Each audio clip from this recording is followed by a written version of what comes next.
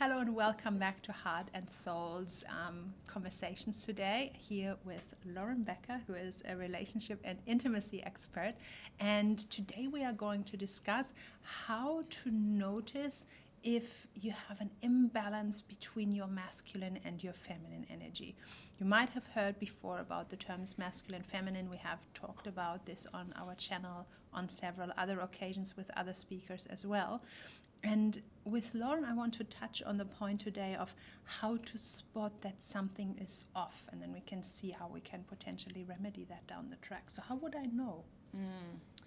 I think it's really important, first and foremost, to begin by sharing, what masculine and feminine is, just a basic understanding. So a masculine essence and energy, it's gender, it's not gender specific, so we've got them within both of us, and our masculine essence is a lot more logical, action orientated, planning, goaling, very kind of forward focused and driven. The feminine, on the other hand, is very much receptive, very much in nourishing and allowing ourselves to be in the space of caretaking and nurturing, and softness.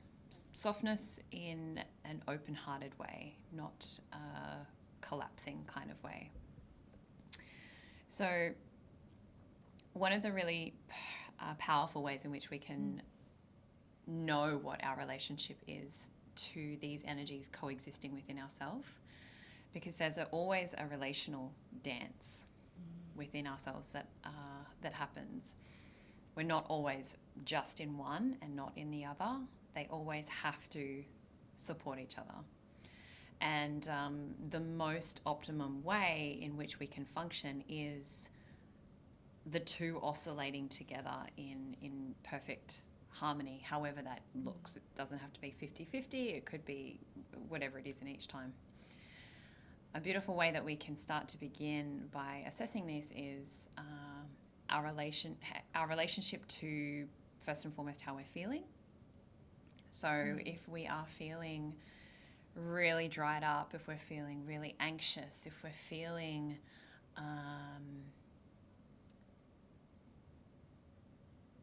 lacking in fulfillment in our life, then we can guarantee we're expanding and expressing and functioning in a lot more of our masculine essence. If we are finding ourselves completely swamped in not knowing what to do, maybe we're really emotional, perhaps we're feeling like we're just drowning in all of our stuff, then you can guarantee that you are expressing and expending a lot more of your feminine essence, essentially.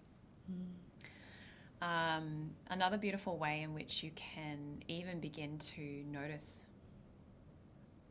what you feel around this and what your relationship is to your feminine and your masculine inside is, what is your relationship to men and women externally? Do you have more male friends? Do you have more girlfriends? What is your relationship? And then the last one that you can use to assess what your relationship is with your own inner masculine is your relationship to your father or your mother, or your father figure or mother figure in your life as well. So all of these give a great indication of how your inner masculine or feminine is showing up in the world, and what your relationship is to them, and also what the relationship of each of them are to each other. Definitely.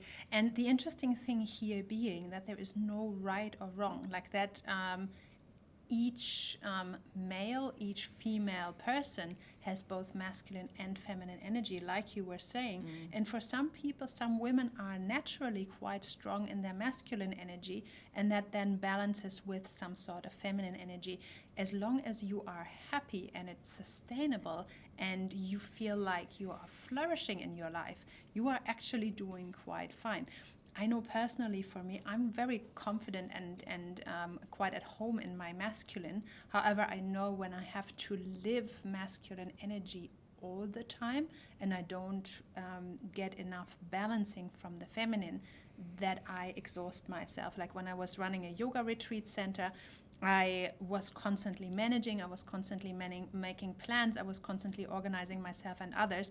Then coming home, being a single mom, also in my masculine, giving direction, giving order, doing.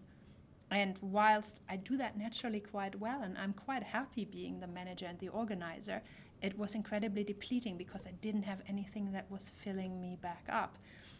When I made a major life shift and stepped away from that phase of my career, now I'm actually very much in my feminine, very much just flowing with what feels right to me in the moment, very much in nurturing relationships with my clients, with my friends, etc. Lots more female friends, and really putting all my energy and effort into that nourishing core of female friends. And that has really brought me home almost to a place where I'm so much more content and happy within myself. So it doesn't mean you should be doing less of what you are doing. It's really about feeling into where your happy place sits, right? We have looked at what is masculine and what is feminine energy. What are practices or ways of those energies showing up? Like I was saying, for me it was managing, organizing, leading, masculine, parenting, giving direction when there is no father figure who is doing that, so I can be the good cop. Masculine energy, a lot of doing is masculine energy, whereas a lot of the being is feminine, right? Speak a little bit more about that so that people can really see, because for example, we can manage from a masculine and from a feminine. I was looking for that over years and never quite got there, or felt I was letting myself down. So what are different ways of where that can show up, and how can I do things, say, in a more feminine way rather than defaulting to the masculine way? Yeah, so I think it's really important to let ourselves... The way in which you can really assess whether you get more richness, because like you said before, the core of us, we all have generally all have a more dominant essence. So for a lot of women, it is more feminine. Like you said before, it can also be masculine. And we can assess this by, if you're sitting there doing some work and someone calls you and needs you straight away, are you someone, say your child needs you straight away, or a good friend, let's go, a good friend needs you straight away, and are you someone who would almost immediately want to drop everything and just be there for your friend, really be there for your friend? Or are you someone who would finish the job, let them know that you're finishing the job, and you'll get to them after you finish the job? So the first one generally indicates a more feminine core. The second one generally indicates a more masculine core. Now, this is just an example. So, so a way in which we can bring more feminine into our leading and, I guess just everyday life, from what I'm hearing you say in the question that you asked, is actually allowing ourselves to be more in the feeling of it. So engaging more in how things would feel, or making a decision from the feeling place rather than the logical place. Also engaging other people's perspectives in what they think and what they feel.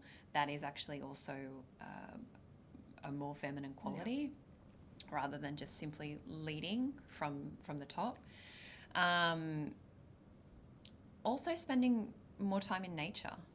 Nature's very, very feminine. It's got a lot more feminine flow.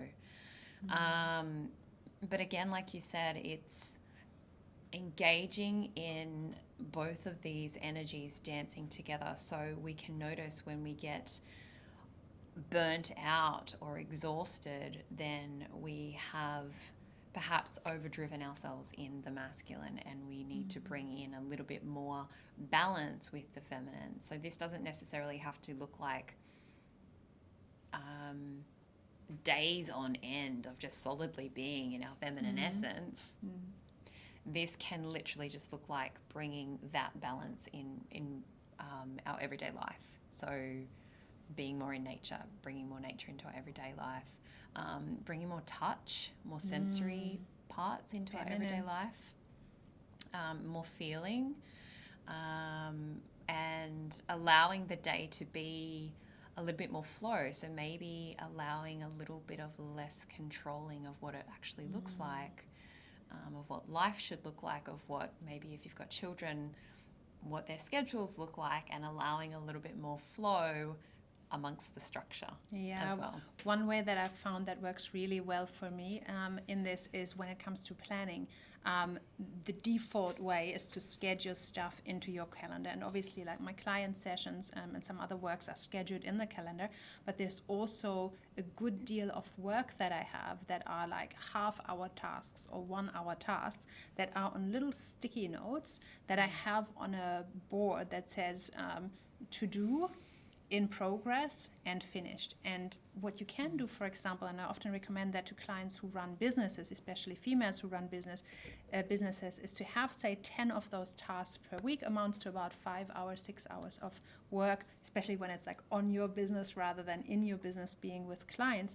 And rather than scheduling in when exactly you need to do them, just know that they are there, have them on this board, and progress them according to what feels right and which one you feel most in tune with. I know that depending, for example, on where I am in my cycle and how well I have slept and what else I have on a day, some days all my brain capacity can do is answer a bunch of emails or do something that is basically really generic, where I don't have to do much thinking, versus on other days I feel really energized for this kind of stuff, and then I can do the more creative work like writing content or organizing a bigger event or something like this. So rather than thinking that you do need to schedule each of them for a specific day and time, have enough time overall in your week, but then pull the different tasks according to where your creative flow is at right now.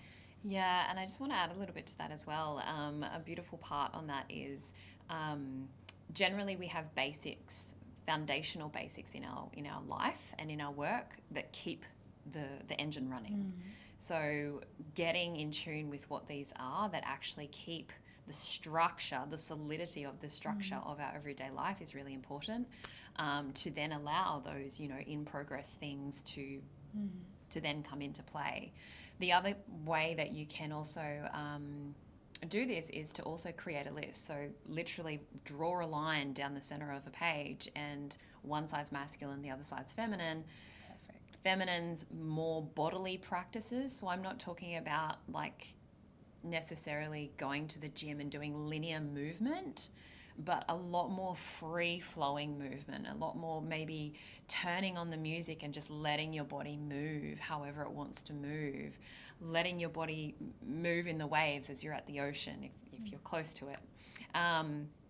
So free-style, free-flowing movement in the feminine. On the masculine side of things, writing down maybe a list of all the things that you actually are doing and actioning in your everyday life, and crossing off anything that isn't a necessity, isn't a foundational basic from one of the things before. Yeah, fantastic. And noticing like what you're doing more of as well, and how can you bring more of the other. And in addition to that, potentially write a list as well of what are things that are inherently feminine that can enhance your kind of giving yourself feminine energy time, versus what are things that you can do to give yourself more masculine time, and insert this into your day-to-day life. Like if you look at last week's schedule, for example, I don't know how you do it, I just schedule all my day-to-day activities in Gmail, so I can look back week by week. And if you see that, for example, on Tuesday there was a lot of masculine time, like for me that would be having a lot of sessions with clients and then driving my son places and all of that. So to then look at what from my list of feminine energy activities could I have done or could I do next time that will fit in with the flow of the day and give me that little bit of balance back, so I'm coming back to where I need to be. Anyway, today we're going to leave it at that. If you have more questions, Lauren is an expert on masculine, feminine energy, so please feel free to pop your notes in the comments and we're happy to answer them. Follow our channel if you like our content and hit the bell button if you would like to receive updates.